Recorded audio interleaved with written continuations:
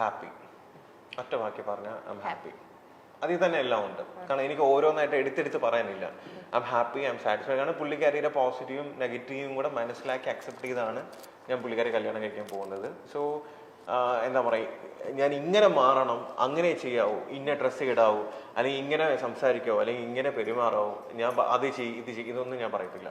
നിനക്ക് എന്താണ് ശരിയെന്ന്, നീ അത്യാവശ്യം മെച്ചറാണ്, നിനക്ക് എന്താണ് ശരിയെന്ന് തോന്നുക, നീ അത് ചെയ്യുക. എന്റെ അടുത്ത് കുറെ ഫ്രണ്ട്സ് ഒക്കെ നമ്മൾ സ്റ്റാർട്ടിങ്ങിലൊക്കെ പലർക്കും ഒരു വിചാരം ഉണ്ടായിരുന്നു ഞാൻ മെയിൽ ഷോവിനിസ്റ്റ് ആണ്. പിന്നെ എനിക്ക് ആ ഒരു പേരുണ്ടായിരുന്നു സ്റ്റാർട്ടിങ്ങിൽ. കാരണം എന്താണെന്ന് വെച്ചാൽ കുറെ ഒത്തിരി പേര് എന്റെ അടുത്ത് പറഞ്ഞിട്ടുണ്ടായിരുന്നു ആള് ഭയങ്കര ടോക്സിക് ആണ് പുടി, നിന്റെ ഇത്രയും ഡ്രീംസും കാര്യങ്ങളൊക്കെ ഉണ്ടായിട്ട് നീ ഇങ്ങനെ ഒരാളെ നോക്കി നിന്റെ എല്ലാ സ്വപ്നങ്ങളും അവിടെ അവസാനിക്കും, അതുകൊണ്ടാണ് ഞാൻ കുറച്ച് ടൈം സ്പെൻഡ് ചെയ്ത് നോക്കാം എന്നൊക്കെ ഉള്ള ഒരു സമയം പറഞ്ഞത്.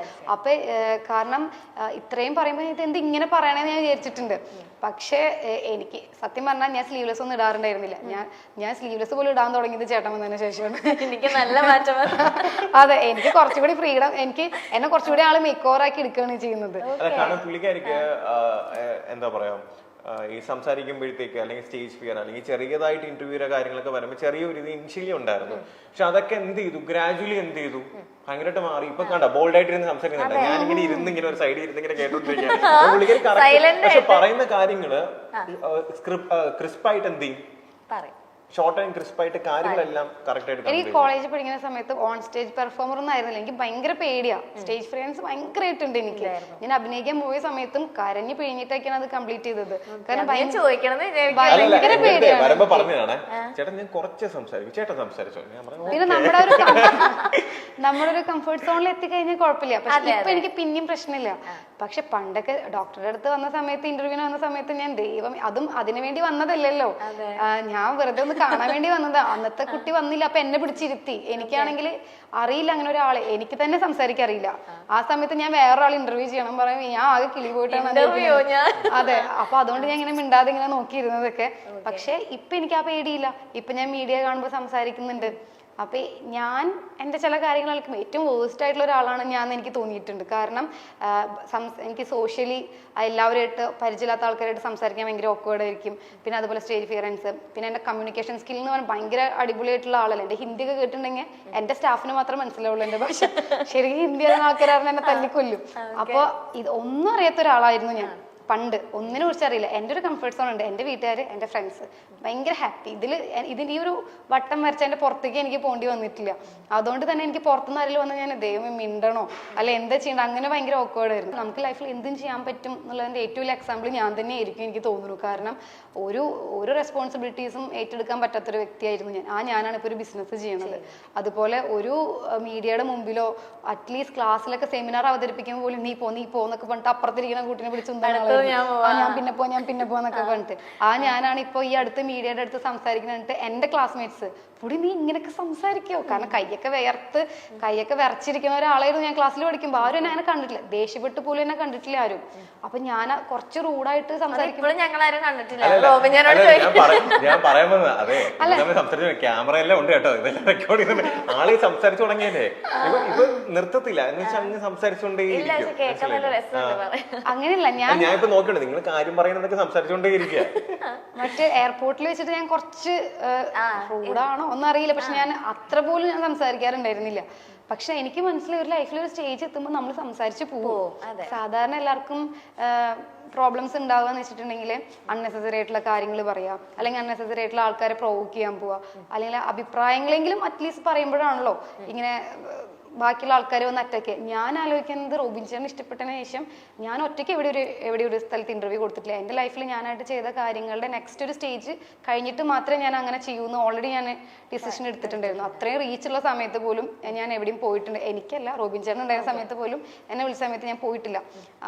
അതുപോലെ അപ്പൊ പിന്നെ ഞാൻ ഒരു കണ്ടസ്റ്റൻസിനെതിരെ ഒന്നും പറഞ്ഞിട്ടില്ല. ഞാൻ ഇവരെ ഗെയിം ഷോയുമായി ബന്ധപ്പെട്ട് എവിടെയും വന്നിട്ടുമില്ല. ബിഗ് ബോസ് കണ്ടിട്ടില്ല. എന്നിട്ട് പോലും എന്നെയും എൻ്റെ പ്രൊഫഷനെയും വരെ വലിച്ചയച്ചിട്ട് കുറെ പറഞ്ഞപ്പോൾ എനിക്ക് ഒത്തിരി വിഷമമായിരുന്നു. ഞാൻ എന്താ ചെയ്തത്? പിന്നെ എനിക്കറിയാം ആളൊരു പാർട്ട്ണർ ആകുമ്പോൾ നല്ല പോസിറ്റീവ് കിട്ടുന്ന പോലെ നെഗറ്റീവ് കിട്ടും, പക്ഷെ അതിനൊരു ലിമിറ്റ് ഉണ്ടല്ലോ. ആ ലിമിറ്റും കഴിഞ്ഞ് ഒത്തിരി എനിക്ക് കിട്ടിയിട്ടുണ്ടായിരുന്നു.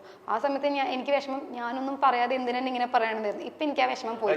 ഞാൻ ഇടയ്ക്ക് ചോദിക്കാറുണ്ട്, കാരണം എന്നെ ഇഷ്ടപ്പെട്ടു എന്ന് പറഞ്ഞ ഒറ്റ കാര്യം കൊണ്ട് ഒരുപാട് വഴക്കും ചീത്തവിളിയും കേട്ടോണ്ടിരിക്കുന്ന ആരൊക്കെ റാൻഡമായിട്ടുള്ള ആൾക്കാരാവും കാരണം വേറൊരു പെൺകുട്ടിയാണെന്നുണ്ടെങ്കിൽ ഞാൻ എന്തിനും ഇത് കേൾക്കേണ്ട കാര്യം കാണും, ഇതിൽ നിന്നും ബെറ്റർ ആയിട്ടുള്ള ഒരു ഓപ്ഷൻ എനിക്ക് കിട്ടത്തില്ല, എന്തിനാ ഞാൻ ഇങ്ങനെ കേട്ടോണ്ടിരിക്കുന്നതെന്ന് പലർക്കും ചിലപ്പം പലരും ചിന്തിക്കാം. പക്ഷെ അങ്ങനെയുള്ള സമയത്തും പുള്ളിക്കാരൻ എന്ത് ചെയ്തു, അതിലൊന്നും ബോധർ ചെയ്തില്ല. ഇപ്പൊ എനിക്ക് വിഷമം കുറച്ച് കുറവ് എന്താ വെച്ചാല് അന്ന് എയർപോർട്ടിലൊക്കെ വെച്ച് രണ്ട് മൂന്ന് വാക്കുകൾ ഞാൻ പറഞ്ഞിട്ടുണ്ടായിരുന്നു.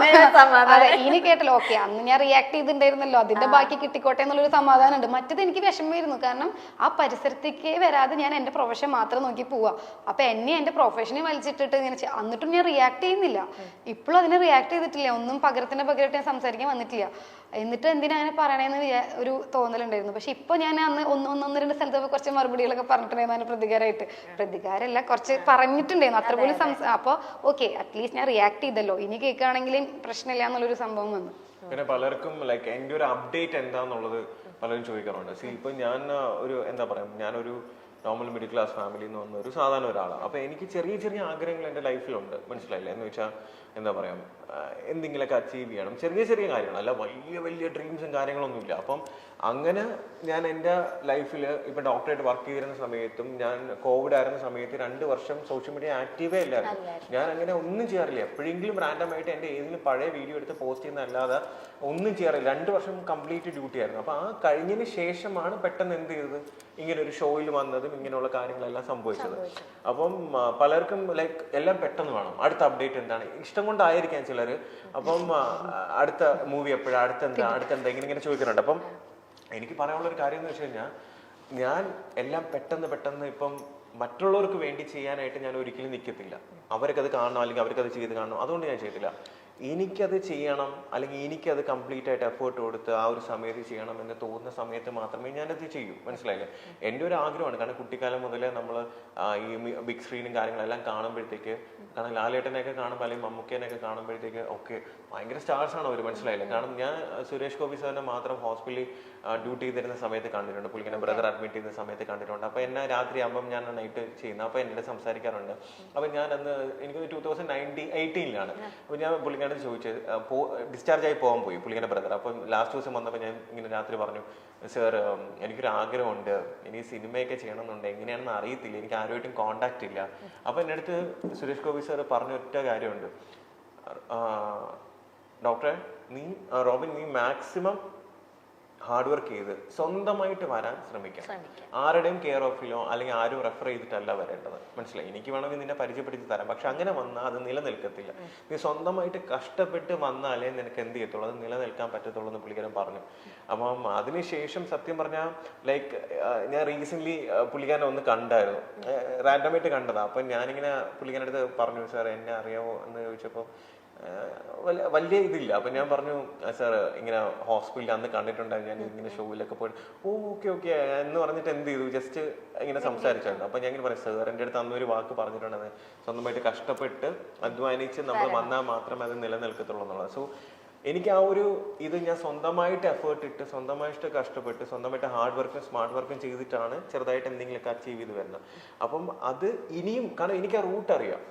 കാരണം ഒരു പ്രാവശ്യം നമ്മൾ ഒരു കാര്യം ചെയ്ത് കഴിഞ്ഞാൽ നമുക്ക് ആ റൂട്ട് അറിയാം, എങ്ങനെ അതിലേക്ക് വരണം എന്നുള്ളത്. സോ ഒബ്വിയസ്ലി എൻ്റെ സിനിമ എന്ന് പറഞ്ഞ ഒരു മോഹവും എന്ത് ചെയ്യും, കാരണം ലാലേട്ടനൊക്കെ ബിഗ് സ്ക്രീനിൽ കാണുമ്പോൾ ഞാൻ ഒരിക്കൽ പോലും മനസ്സിൽ ചിന്തിച്ചിട്ട് പോലും ഇല്ല എന്നെ ഇങ്ങനെ എൻ്റെ അടുത്ത് റോബിനെ എന്ന് പേര് അയ്യോ. ഞാൻ ഇടയ്ക്കിടയ്ക്ക് സാർ എന്നെ ചീത്ത വിളിക്കുന്ന വീഡിയോ അല്ലെങ്കിൽ വഴക്ക് പറയുന്ന വീഡിയോ ഒക്കെ എന്ത് ചെയ്യും, ഇടയ്ക്കിടയ്ക്ക് ലാലേട്ടനാണ് എന്നെ വഴക്ക് പറയുന്നത്. ഓ അത് കേൾക്കുമ്പോൾ ലാലേട്ടനെ വഴക്ക് പറയുന്നത്, എന്തൊരു സന്തോഷം. അത് പറഞ്ഞാൽ എനിക്കത് ഭയങ്കര സന്തോഷം. കാരണം നമ്മളൊക്കെ ബിഗ് സ്ക്രീനിൽ കാണുന്ന ഒരു ലെജൻഡ് നമ്മൾ എന്ത് ചെയ്യുന്നു, നമ്മളെ വഴക്ക് പറയുന്നു. റോബിനെ അങ്ങനെ ഇങ്ങനെയാണ്, നിനക്ക് വേണോ പോകണം, ഞാൻ എങ്ങനെയാണ് പറയുന്നത്. ഞാൻ ആലോചിക്കുമ്പോൾ എനിക്ക് സത്യം ഭയങ്കര സന്തോഷം തോന്നാറുണ്ട്. അപ്പൊ എൻ്റെ ഒരു ആഗ്രഹമാണ് സിനിമ എന്നുള്ളത്. അത് ഞാൻ പയ്യെ, കാരണം എൻ്റെ ഫീൽഡ് അല്ലായിരുന്നു സിനിമ അല്ലെങ്കിൽ ഈ ഒരു ഇൻഡസ്ട്രി എന്ന് പറയുന്നത്. അപ്പൊ ഇതിലേക്ക് വരുമ്പോൾ ഒരുപാട് കാര്യം എടുത്തുചാടി ചെയ്യാൻ പറ്റുന്നത്. ഞാൻ ഇപ്പോഴും പറയുന്നു, ഭയങ്കര അതിഗംഭീരമായിട്ടുള്ള വലിയ സംഭവം ഒന്നും ആയിരിക്കുന്നില്ല ഞാൻ ചെയ്യുന്നത്. ചെറിയൊരു സംഭവം, ചെറിയ എൻ്റെതായിട്ടുള്ള ലിമിറ്റേഷൻസിൽ ഞാനത് ചെയ്യും.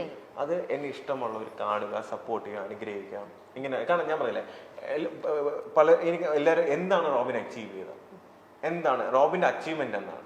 എൻ്റെ അച്ചീവ്മെന്റ് എന്ന് പറയുന്നത്, ഞാൻ ഇന്നേ വരെ എൻ്റെ ജീവിതത്തിൽ കാണാത്ത ഒരുപാട് പേര് എന്നെ സ്നേഹിക്കുക, സിൻസിയറായിട്ട് സ്നേഹിക്കുക, അവരെനിക്ക് വേണ്ടി പ്രാർത്ഥിക്കുക, മനസ്സിലായില്ലേ? അവരുടെ ബ്ലെസ്സിങ്സ്, അനുഗ്രഹം. അത് തന്നെയാണ് എൻ്റെ ഏറ്റവും വലിയ അച്ചീവ്മെന്റ് എന്ന്. അത് അന്നും ഇന്നും ഇനി എന്നാണെങ്കിലും ഞാൻ ആഗ്രഹിക്കുന്നത്. കാരണം അതെന്ന് പറയുന്നത് നമുക്ക് എത്ര കാശ് കൊടുത്താലോ എത്ര ഇത് ചെയ്താലോ, അല്ല ഞാൻ പറഞ്ഞ മറ്റുള്ളതെല്ലാം മെറ്റീരിയലിസ്റ്റിക് ആണ്. ഞാൻ പറഞ്ഞ മെറ്റീരിയലിസ്റ്റിക് ആണ്. അതെന്ന് പറയുന്നത് ഓക്കെ, അത് സ്നേഹത്തിൽ പലരും തരുന്ന. പക്ഷെ ഒരാൾ മനസ്സറിഞ്ഞ് നമുക്ക് വേണ്ടി പ്രാർത്ഥിക്കുക, മോനെ നീ ഓക്കെ ആണോ, നീ ഫുഡ് കഴിച്ചോ, നീ നന്നായിരിക്കണം എന്ന് ചിലപ്പോൾ ആ ഒരു വ്യക്തിനെ ഞാൻ ചിലപ്പോൾ കാണുന്നില്ല. അങ്ങനെ പ്രാർത്ഥിക്കുന്ന, എനിക്ക് വേണ്ടി എന്നെ സിൻസിയറായിട്ട് സ്നേഹിക്കുന്ന ഒരുപാട് പേര് ചിലപ്പോൾ ഈ വീഡിയോ കാണുന്നുണ്ടായിരിക്കും. എനിക്ക് നിങ്ങളിലേക്ക് ചിലപ്പോൾ നിങ്ങളെ കാണുന്ന പോലും എനിക്ക് അറിയത്തില്ല. പക്ഷെ എൻ്റെ സ്നേഹം നിങ്ങളിൽ എപ്പോഴും ഉണ്ടായിരിക്കും. അത് മാത്രമേ എനിക്ക് മതി. അത്ര